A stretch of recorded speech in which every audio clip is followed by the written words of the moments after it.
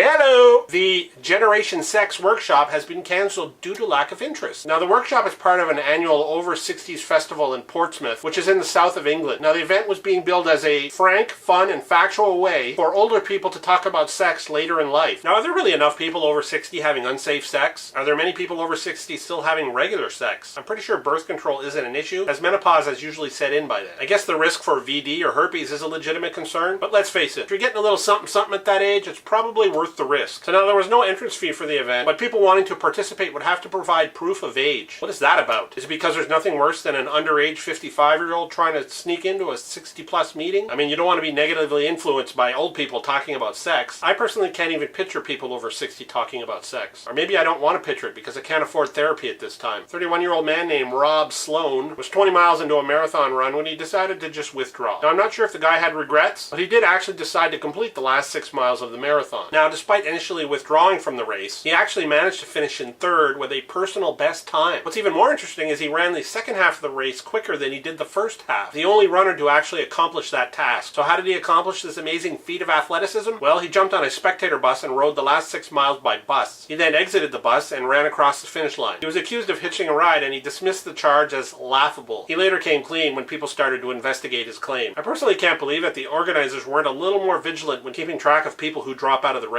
I think I'll participate in the marathon next year, get my number, then run a few yards and quit. Then I'll take a cab to the finish line and I'll wait around for the first place guy to run by. Then I'll casually slip in behind him, take second, get my prize money and trophy and leave. I guess the organizers didn't think it was necessary to put measures in place to catch people who try to cheat by hitching a ride because they thought nobody would be so lazy and dim-witted to think that they could get away with it. The fact that it took them so long to figure it out is a little bit frightening and could spawn copycat marathon cheaters. Now, I think if I do try to cheat at a marathon, I think I'll have one of those cars waiting and have the driver standing there with a card with my name on it, just so I can see if the organizers are actually paying attention. Or maybe do it in a carriage being pulled by 4 horses. Or maybe get a body double, you know, have somebody run most of the race for me, then he slips me his number patch close to the finish line, and then I just run the rest of the race, apparently not having broken a sweat. A family in Danvers, Massachusetts paid $45 to walk through a cornfield maze one evening. And once they got into the maze, they realized, it's like a maze in here. So this couple and their young child eventually became lost. Now, most families would just try to find their way out of the maze, but these people decided to call 911. Now, the story I read didn't say how long they were in the maze before calling 911, but I find it pretty hard to believe that they couldn't have eventually found their way out with a little bit of effort. I mean, unless this maze is acres in size, chances are you would have eventually found your way out. So the police arrive and they manage to find this family using police dogs. Then the police led the family out of the maze, something they couldn't do themselves. Now, it's a good thing the cops didn't get lost as easily as this family did, or we'd need another search party to locate them. Eventually, somebody would have had to leave a string or a trail of breadcrumbs to get everyone out. I'm not sure what would have happened to that family before the advent of cell phones. They probably would have wandered the maze for days, surviving on nothing but rainwater and corn. They eventually would have been located and rescued by a couple of 10-year-old kids with a good sense of direction. Today's question of the day is, after reading the story about the marathon guy, I got to thinking about how some people love to cheat. Post a comment about someone who you know that cheated and describe how they did it. Think of the most pathetic cheater you can think of. Somebody I know plays Scrabble on Facebook with a buddy of his, and both of them use an online site to cheat. So the game is basically a test of one cheat engine versus another. It's actually a little bit sad to watch. Now I'm asking you to finish this sentence, and if you're going to finish it, start it with ... in the comment section. The one thing I like about ... meatballs is the texture, toe jam is the consistency and smell, the scent of daffodils is... who am I kidding with that one?